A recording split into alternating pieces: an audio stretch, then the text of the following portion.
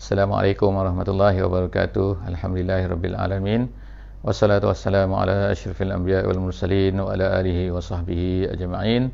Rabbi shrah li sadri wa yassir li amri wahlul 'uqdatam min lisani yafqahu qawli.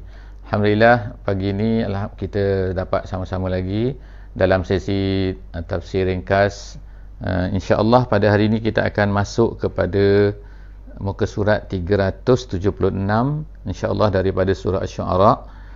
Dan Alhamdulillah pada hari ini kita telah memasuki muka surat terakhir pada surah Asy-Syu'ara insyaAllah. Jadi sebelum daripada ni kita telah ceritakan tentang surah Asy-Syu'ara ni dengan panjang lebar.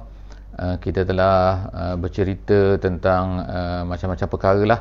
Dan sebagaimana yang disebutkan oleh Syekh Amr Khalid di dalam bukunya Khawatir Al-Quran, disebutkan bahawa tema kepada surah ini adalah bercerita tentang beberapa perkara, dan di antaranya yang penting dalam surah ini ialah cerita tentang Al-I'lam. Dia kata iaitu bagaimanakah Allah Subhanahu Wa Taala menunjukkan perkara-perkara yang digunakan oleh para nabi, bagaimana dialog para nabi dengan memusuh-musuh mereka, iaitu bukan musuh sebenarnya tapi orang-orang yang menentang mereka, orang-orang yang memusuhi mereka, orang-orang yang mentakzibkan mereka. Dan Allah Subhanahu Wa Taala telah ceritakan di dalam surah ini 7 orang nabi-nabi dan juga rasul yang bagaimana mereka ini menghadapi kaum mereka, dan kaum mereka kesemuanya adalah mendustai mereka.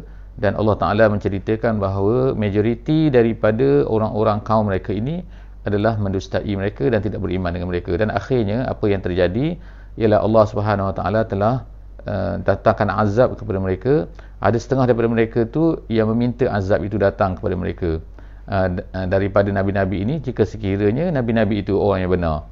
Dan nabi-nabi ini apabila telah berlaku pendustaan yang dahsyat ini, maka mereka akhirnya telah diselamatkan oleh Allah Subhanahu Wa Taala, sebagaimana yang berlaku kepada Nabi Musa AS, kepada Nabi Ibrahim AS, kepada Nabi Shu'aib AS, Nabi Lut AS, kepada Nabi Hud AS, Nabi Saleh AS, semuanya diselamatkan oleh Allah Subhanahu Wa Taala hasil daripada ini.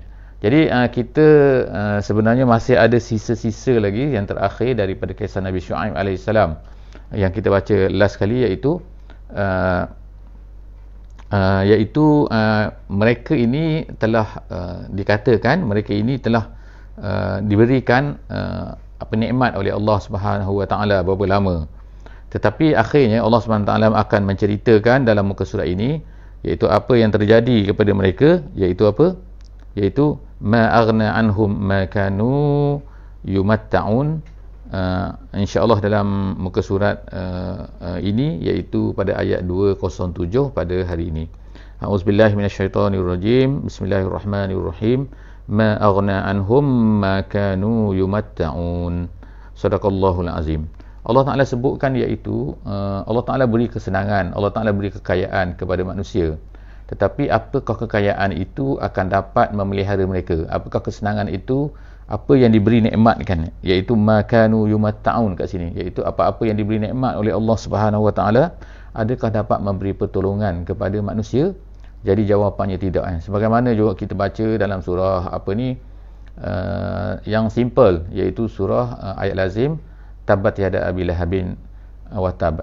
Jadi dalam ayat surah Lahab ni Allah Ta'ala ceritakan juga, iaitu Abu Lahab ialah orang kaya di Mekah kan, dan begitu jugalah isterinya juga orang kaya, tetapi semua benda yang ada pada mereka, semua apa yang usahakan oleh mereka, semuanya tidak dapat memelihara daripada azab Allah Subhanahu Wa Taala. Jadi itulah yang berlaku. Allah Ta'ala pun membuat kesimpulan di dalam dalam muka surat yang kita baca sekarang ni, iaitu apa? Allah Ta'ala kata wa ma ahlakna min qaryatin illa laha munzirun, bahawa Allah Ta'ala tidak membinasakan mana-mana kaum, mana-mana kampung, mana-mana bandar dan sebagainya, melainkan illa laha munzirun, melainkan ada padanya itu munzir, iaitu orang-orang yang memberi peringatan bahawa perkara ini pasti akan berlaku jika sekiranya mereka ini menolak nabi-nabi dan juga menolak rasul-rasul. Jadi kita tengok banyak daripada bandar-bandar yang telah dijumpai di atas dunia pada hari ini. Sebagai contohnya ialah satu bandar di Itali, iaitu yang dikambus habis oleh gunung berapi. Jadi sama ada ia berlaku dalam bentuk gunung berapi ke, gempa bumi ke, banjir besar ke dan sebagainya, semua itu adalah bentuk-bentuk yang mana Allah Ta'ala datangkan sebagai alat untuk membinasakan sesuatu kaum. Ni cerita ni ialah sebelum daripada umat Nabi Muhammad SAW. Jadi mereka ini dibinasakan oleh Allah Subhanahu Wa Ta'ala, dan Allah Ta'ala sebutkan kat sini bahawa mesti akan ada di kampung tersebut, di bandar tersebut. Tapi dalam ayat ni digunakan perkataan kampung kan, Qaryah. Qaryah ni dalam zaman moden ni ialah kampung lah. Tapi maksud di sini ialah mana-mana negeri.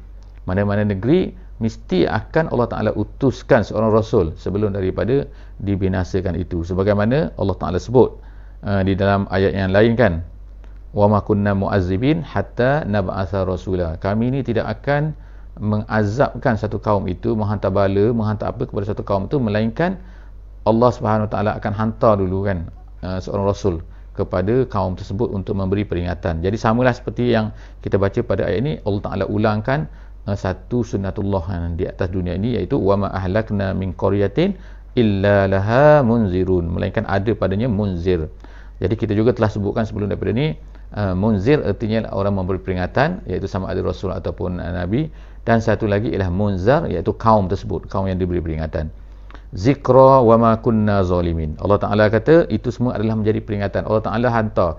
Jadi sebab itulah Allah Subhanahu Wa Ta'ala berulang kali yang di dalam surah ini disebutkan dua sifat Allah Subhanahu Wa Ta'ala yang besar, iaitu Al-Aziz dan juga Ar-Rahim. Al-Aziz tu maknanya Allah Ta'ala mampu untuk membinasakan mereka, dan kemudian Ar-Rahim, tapi Allah Ta'ala tu sayang kepada mereka dengan mengutuskan Rasul-Rasul. Jadi disebutkan sini sebab itulah Allah kata wa ma kunna zalimin. Allah Ta'ala ni tidak zalim.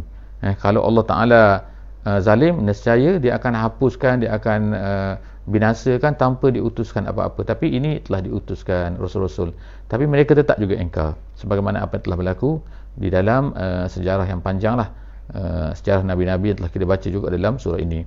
Kemudian Allah Ta'ala sebutkan وَمَا تَنَزَّلَتْ بِهِ الشَّيَاطِينَ وَمَا تَنَزَّلَتْ بِهِ الشَّيَاطِينَ. Ikut terjemahannya dia kata, dan Quran ini pula tidak sekali-kali dibawa turun oleh syaitan-syaitan. Iaitu bahawa syaitan ini sebab apa ayat ini diturunkan? Ayat ini disebutkan sebab tuduhan, di antara tuduhan yang dikatakan oleh orang yang anti-Islam ni, orang yang tak suka Islam sejak daripada zaman Nabi Muhammad SAW lagi, mereka mengatakan bahawa sebenarnya Muhammad ini diberi wahyu oleh syaitan, sebenarnya diilhamkan oleh syaitan. Ini samalah seperti yang berlaku kepada tukang sihir kan, pawang dan sebagainya, yang mana mereka ni ilham mereka ni datang daripada benda gaib juga, tetapi gaib itu ialah syaitan, bukannya malaikat. Jadi mereka menuduh Nabi kita, Nabi Muhammad SAW ini adalah juga mendapat ilham daripada syaitan ini. Sebab itulah dia kata apa ni dia tukang sihir dan sebagainya. Jadi Allah SWT menafikan kat sinilah bahawa wa ma tanazzalat bihi syayatin. Bukannya Quran ini ataupun apa yang disebut oleh Muhammad ini, apa yang disebut oleh kita semua, oleh pendakwah pada hari ini, itu sebenarnya bukannya pandai-pandai kita sendiri kan, tetapi datang daripada Allah Subhanahu Wa Ta'ala. Kemudian Allah Ta'ala kata wa ma yanbaghi lahum wa ma yastati'un, iaitu tidak layak bagi syaitan itu. Wa ma yanbaghi, syaitan itu tidak layak dan tidak mampu pun untuk membawa Quran. Kalaulah syaitan ni mampu membawa Quran ini, membawa sama seperti Quran, saya dia akan berlaku lagi lah sekarang kan, pada hari ini, kerana syaitan tu masih wujud syaitan tu boleh berhubung setengah tu dengan setengah-setengah orang kan, yang setengah-setengah orang yang memang nak berhubung dengan syaitan, maka syaitan akan berhubung dengan dia. Jadi kenapa mereka ni tak bawa sama seperti Al-Quran kalau mereka ni hebat sangat kan? Jadi Allah Ta'ala kata wa ma yanbaghi lahum, memang syaitan ni tak mampu, tak layak, dan juga wa ma yastati'un, dan tidak mampu. Kemudian innahum anis sam'i lama'zulun. Allah Ta'ala sebutkan dengan jelas kat sini, iaitu apa? Bahawa syaitan ini anil sam'i, daripada mendengar, lama'zulun, itu terpisah. Maksudnya dihalang daripada mendengar. Mendengar apa? Jadi sebelum daripada Nabi Muhammad SAW, syaitan ni kan, syaitan, iblis, syaitan, jin dan semua tu, dia boleh naik ke atas, sebagaimana yang disebutkan oleh dalam surah Al-Jin. Kemudian tiba-tiba sekali tu, tiba-tiba mereka nak naik ke atas tu, tiba-tiba mereka ini mendapati ada harasan syadidan wa syuhuban. Jadi apa ni? Ada tiba-tiba penjaga, ada tiba-tibanya bintang-bintang yang melontar mereka kan, syuhub. Syuhub ni adalah maknanya macam tahi bintang lah, kita kata meteor kan. Jadi dia datang, jadi syaitan kata apa hal ni, apa hal ni? Tengok-tengok rupanya Nabi Muhammad SAW telah diutuskan. Jadi sejak daripada situlah syaitan tidak, jin semua tidak boleh lagi untuk mengintai-ngintai, mencari rahsia langit dan sebagainya. Jadi sebab tu Allah Ta'ala kata kat sini, innahum anis sam'i lama'zulun. Mereka itu tidak lagi boleh mendengar tu, dihalang daripada mendengar. Jadi Allah Subhanahu Wa Taala yang antara yang terakhirnya dalam ayat 213, Allah Taala beritahu kepada Nabi Muhammad sallallahu alaihi wasallam, iaitu apa?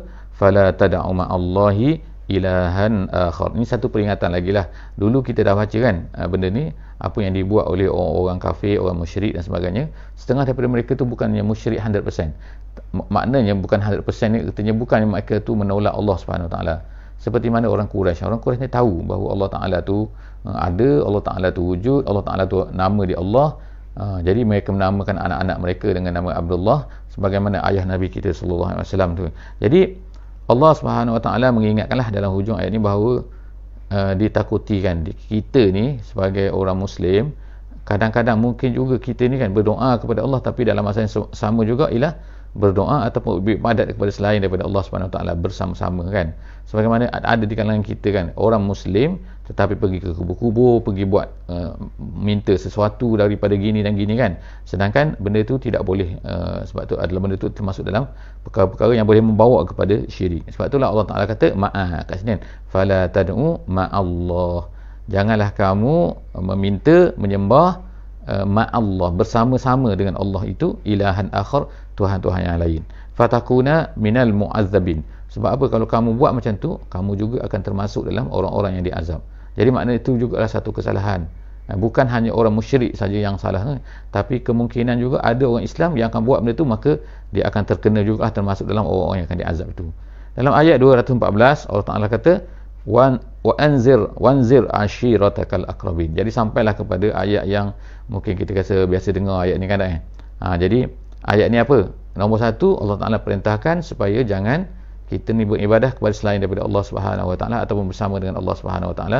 Dan yang kedua, tugas kita kan. Itu tugas yang pertama. Tugas yang kedua dalam ayat 214 ni ialah beri peringatan kepada keluarga kamu yang terdekat.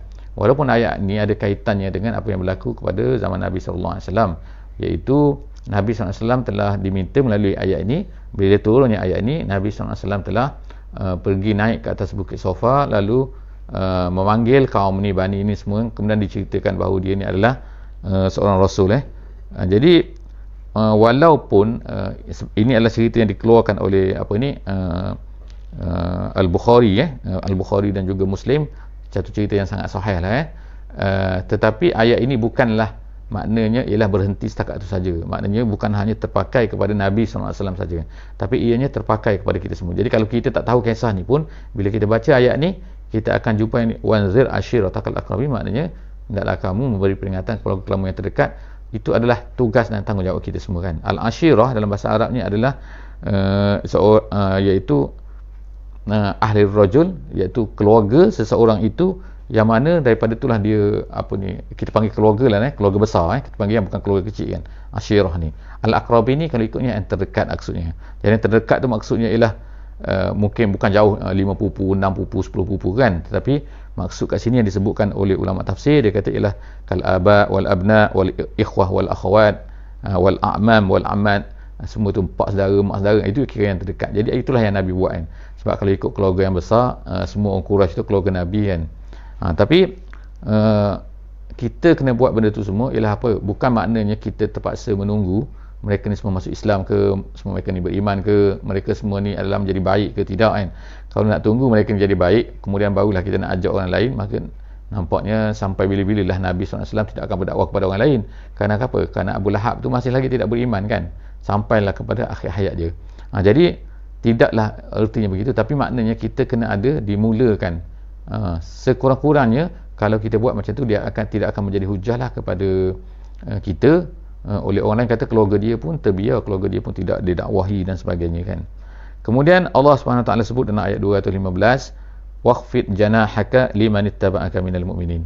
Dan hendaklah kamu wahai Muhammad juga, dan juga kepada kita semua, iaitu hendaklah ikhfid janahak. Ikhfid janahak ini dalam bahasa Arab artinya ialah rendahkanlah sayapmu. Jadi ini adalah ungkapan dikatakan sebagai kinayah kepada at-tawadhu', iaitu hendaklah kamu bertawadhu' kepada pengikut-pengikut kamu daripada orang beriman. Kalau ikutnya memanglah pengikut kamu ni memang orang beriman kan kepada Nabi Muhammad SAW, tetapi dia ulangkan untuk dia kata takkidkan lagi, takkid bahawa mereka ni adalah orang beriman, mereka ni pengikut kamu. Jadi oleh kerana itu maka hendaklah kamu bertawadhu' dengan mereka. Tawadhu' ni sebagaimana saya sebut tadi, iaitu merendahkan sayap kan, iaitu diambil daripada seperti ayam ke, seperti burung ke, seperti apa-apa yang ada sayap tu. Jadi kalau dia nak jaga anak-anak dia nak pelihara anak-anak dia, maka dia sayang pada anak-anak dia akan turunkan sayap dia tu kan, untuk menjaga anak-anak dia. Jadi begitulah kita orang mukmin hendaklah iaitu bersama-sama kita ni apabila kita bersama-sama dengan orang mukmin, sama-sama kita kan, sama-sama orang-orang yang bersama, maka hendaklah kita ada rasa kasih sayang tu. Tak boleh kita benci, I hate you ke apa benda kan tapi kena ada perasaan tu, iaitu perasaan kita sayang pada mereka, kita kena merendah diri pada mereka, kita kena tawadhu' dengan mereka. Jadi kalau disebut dalam tu ialah al-layyin wal-rifq, di dalam bentuk hissiyah dan juga dalam bentuk mujassamah, iaitu dalam bentuk secara lahir pun, secara dalam hati pun hendaklah kita rasa ada perasaan tu, perasaan sayang kepada orang-orang yang bersama, terutamanya orang bersama dalam orang yang minat, orang suka kepada Islam, orang minat pada Islam kan, orang yang jadi orang yang macam tu sepatutnya kita kena sayang kepada mereka. Kemudian fa in asauka faqul inni bari'um mimma ta'malun. Allah SWT kata fa in asauka, dan jika mereka itu engkar kepadamu, jika mereka ni maksiat tu artinya, asau tu artinya ialah tidak mengendahkan, artinya tidak mengikut, artinya tidak mau patuh, tidak mau dengar apa yang kamu cakapkan. Siapakah mereka ini? Kalau ikut kat sini ialah asau kata itu ialah maksud itu ialah asyirah tadi tu yang Nabi SAW disuruh untuk memberi peringatan kepada mereka. Jadi sebab dalam perkataan Arab kat sini asaukan ni mereka tu siapa? Jadi itulah mengikut Al-Alusi dalam tafsir dia kata asaukan di sini ialah asyirah tadi. Jadi Allah Ta'ala beritahu supaya kita ni memberi peringatan kepada keluarga tu. Tapi kalau mereka ni tetap juga tidak mahu mendengar, tidak mahu mengikut, fa in asauka faqul, maka katakan inni bari'un mimma ta'malun. Maka macam isytiharkan, declarekan, aku tak bertanggungjawab. Itu bari aku berlepas diri. Dalam bahasa dia artinya aku apa-apa yang kamu buat aku dah tak nak bertanggungjawab lah. Itu terpulang kamu lah dengan Allah SWT. Nanti janganlah nak minta syafaat lagi dengan aku dan sebagainya kan. Sebab apa? Aku dah cakap sekarang kepada kamu semua, kamu tak nak ikut, so terpulanglah kepada kamu. Sekarang nak buat macam mana? Aku tak boleh paksa kamu kan. Faqul inni bari'un mimma ta'malun, aku bari daripada apa yang kamu lakukan. Wa tawakkal 'alal azizir rahim, dan bertawakkallah kamu wahai Muhammad, wahai orang beriman, wahai orang yang berdakwah, bahawa hendaklah kamu bertawakal. Selepas daripada semua, selepas kita dah buat, maka an-natijah, iaitu resultnya ialah kita serah pada Allah Subhanahu Wa Taala. So kita tak payah susah-susah kan. Janganlah serabut sakit fikir kenapa dia tak beriman kan. Kita kena fikir jalan macam mana cara yang terbaik, cara yang mampu kita boleh buat kan. Jadi kalau kita dah buatlah semampu kita, maka selepas daripada itu wa tawakkal 'alal azizi ar-rahim. Allah Taala sebut lagi dua sifat dia, iaitu al-aziz dan juga ar-rahim kan. Allah Taala Maha Aziz, iaitu kepada Allah Subhanahu Wa Taala. Allazi yaraka hina taqum, iaitu yang Allah Ta'ala ni melihat ketika kamu ni bangun. Dia kata matakun hina taqum, ketika kamu bangun apa tu? Ketika kita sembahyang Kemudian wa taqallubuka fis sajidin, dan juga iaitu gerak-geri. Taqallub ni ialah sekali macam ni, sekali macam ni, ketika kamu sujud. Erti kat sini ialah dia nak menunjukkan, dia kata ada beberapa pendapat ulama lah. Ada yang kata nak menunjukkan bahawa Nabi ni menyusun para sahabat ketika nak sembahyang kan. Fis sajidin ni bukan maksudnya semasa sujud, tapi maksudnya orang sembahyang bagi-bagi orang sembahyang. Jadi gerak-gerak kamu semasa sembahyang tu. Tapi digunakan perkataan sujud sebab apa? Yang paling penting dia kata di dalam sembahyang ni adalah sujud Jadi maka diungkapkan bahawa semua sembahyang tu adalah dia panggil sebagai as-sajidin, orang yang sujud apabila orang tu sembahyang. Jadi Nabi SAW dia, tapi ada juga pendapat lain mengatakan, dan di kalangan ahli tafsir mengatakan wa taqallubuka ni ialah kamu duduk, kamu rukuk, kamu berdiri dan sebagainya, itu makna pergerakan kamu semasa kamu sembahyang. Kemudian innahu huwas samiul alim, sesungguhnya Allah Ta'ala lihat, Allah Ta'ala tahu kan apa yang kita buat tu kan. Jadi kita dah berdakwah, kita dah cerita Islam pada orang, kemudian orang tak terima, kemudian Allah Ta'ala melihat apa yang kita buat ni kan. Itu kita sujud dan sebagainya. Hal unabbi'ukum ala man tanazzalu syayatin, hal unabbi'ukum ala man tanazzalu syayatin. Dalam ayat 221, Allah Ta'ala bertanya, tidakkah kamu mau tahu, aku nak beritahu kepada kamu siapakah syaitan-syaitan itu selalu turun. Jadi Allah Ta'ala kata tanazzalu ala kulli affakin athim. Jadi yang tadi yang dia katakan tuduhan bahawa syaitan ni turun kepada Muhammad, syaitan ni cerita kepada Muhammad dan sebagainya tu, sebenarnya syaitan tu bukan turun kepada Muhammad. Sebenarnya tu ada juga syaitan turun, ada juga syaitan ni pergi jumpa, ada juga syaitan ni pergi jumpa orang, tapi bukan Muhammad. Siapakah orang yang syaitan selalu pergi jumpa tu? Allah Ta'ala kata ialah affakin athim. Affakin athim ni ialah orang-orang yang dusta, daripada perkataan ifkun, sebagaimana yang kita bincang sebelumnya. Ifkun ni ialah klimak kepada dusta, maknanya orang-orang yang banyak bercakap bohong, yang malu mengata tak betul orang ni dia ni banyak tak betul lah, banyak bohong dia tu. Dan juga athim, orang banyak berdosa.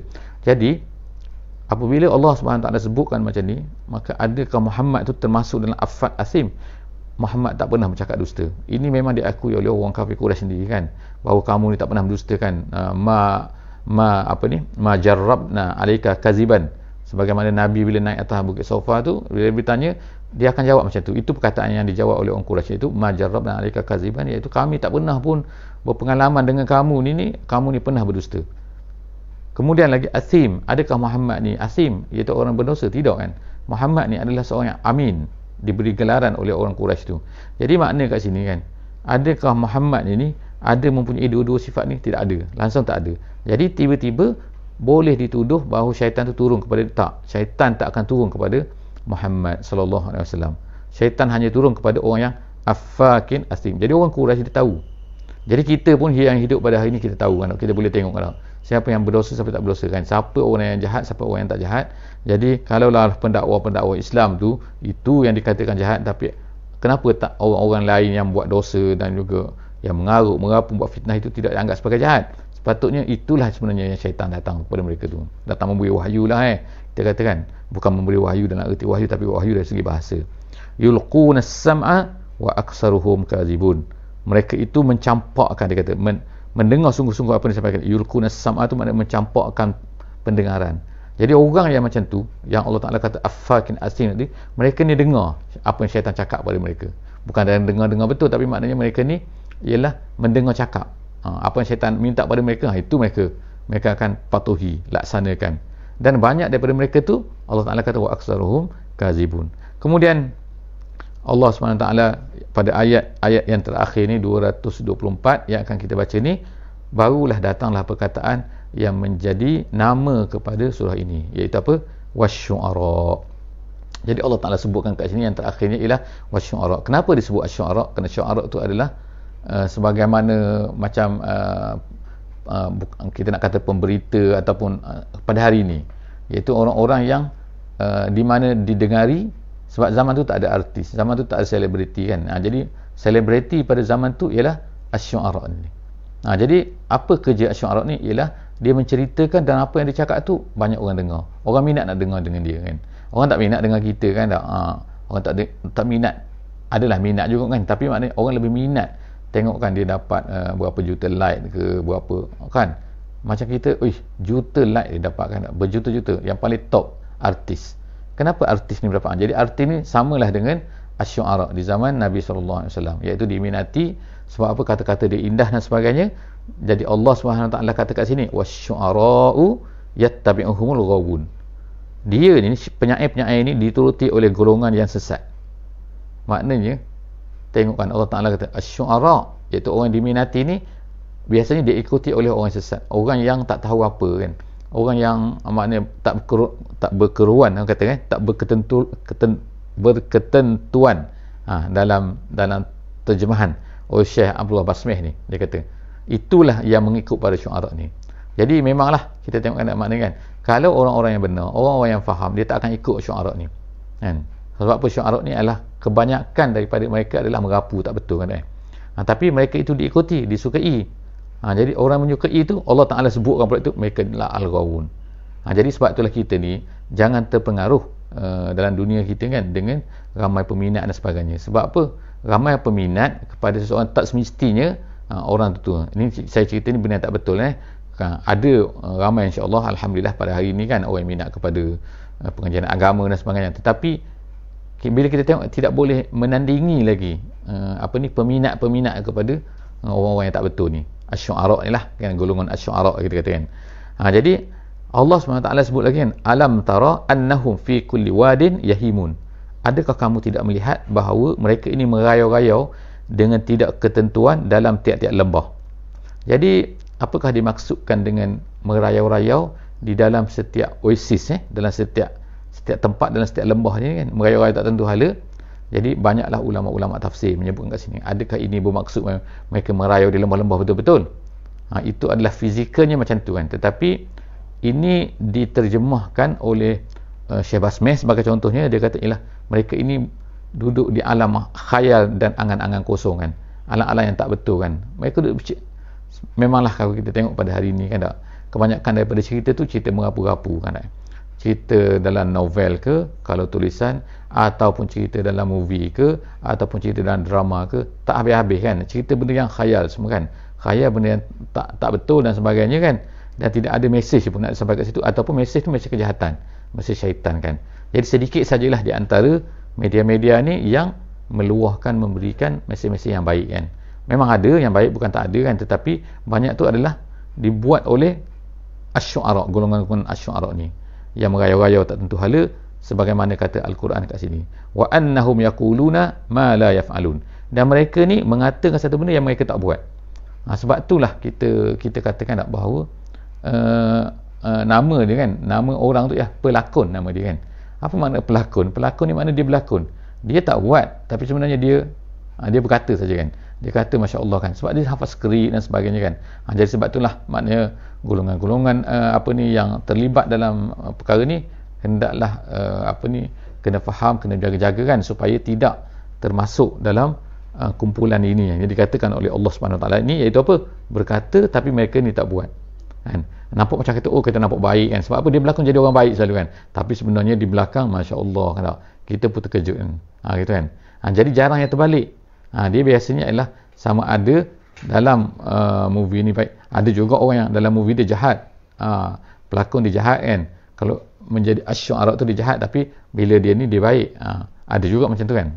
Tapi kebiasaannya kalau dah jadi pelakon ni, maka adalah benda-benda kena buat macam ni kan. Jadi yaquluna ma la yaf'alun, berkata apa yang mereka tidak buat, kata Allah Subhanahu Wa Taala. Kemudian adalah pengecualian selepas daripada itu, iaitu pada ayat 227 dan terakhir dalam muka surat ini dan juga dalam surah ini, iaitu Allah Ta'ala berkata ada juga pengecualian, iaitu illal ladzina amanu, melainkan orang yang beriman. Jadi sebenarnya di kalangan sahabat ni kan adalah juga di kalangan mereka ni ialah orang-orang yang dianggap sebagai penyair ni, sebagai orang artis lah, kita selebriti, iaitu seperti apa? Hisam bin Sabit, seperti Abdullah bin Rawahah, seperti Ka'ab bin Malik. Bila ayat tadi ni turun, ayat Syu'ara ni turun, yang cerita pasal Syu'ara ni sebelum daripada illa ni, sebelum daripada pengecualian dalam ayat 227 ni, lalu mereka pun datanglah kepada Nabi SAW. Mereka menangis kepada Nabi SAW, mereka mengatakan, tengok ayat ni dah kena daripada kita kan, kami yang gini.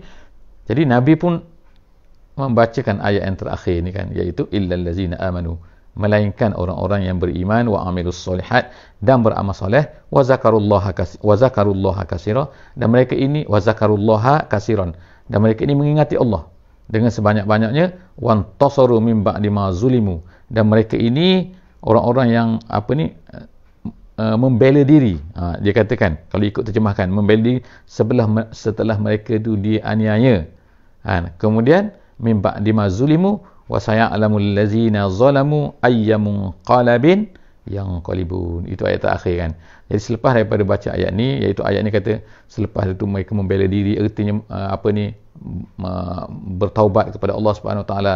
Mungkin sebelum daripada ni mereka ni hebat juga, mereka selebriti juga sebelum masuk Islam. Lepas tu mereka jadi baik, mereka berubah dan sebagainya, maka itu adalah tidak termasuk dalam golongan asy-syu'ara sebagaimana yang diblamekan oleh Allah, yang dikatakan oleh Allah yang mengarut tadi ni. Maka Allah Ta'ala kata yang terakhirnya, wasaya'lamul ladzina zalamu ayyamun qalabin yanqalibun. Orang-orang yang zalim itu nanti akan tahulah ke mana tempat nak pergi dia, tempat akan dibalasi, tempat mereka akan kembali nanti kan. Jadi setakat itu sajalah insya-Allah surah Asy-Syu'ara kita berakhir di sini, dan insya-Allah selepas daripada ni kita akan membaca surah yang baru, iaitu surah An-Naml. Insya-Allah jumpa lagi esok. Aku qouli hadza wa astaghfirullahal azim li wa lakum. Subhanakallahumma wa bihamdik, nasyhadu an la ilaha illa anta, nastaghfiruka wa natubu ilaik. Bismillahirrahmanirrahim. Wal 'asri innal insana lafi khusr illa allazina amanu wa 'amilus solihat wa tawasaw bil haqq wa tawasaw bis sabr.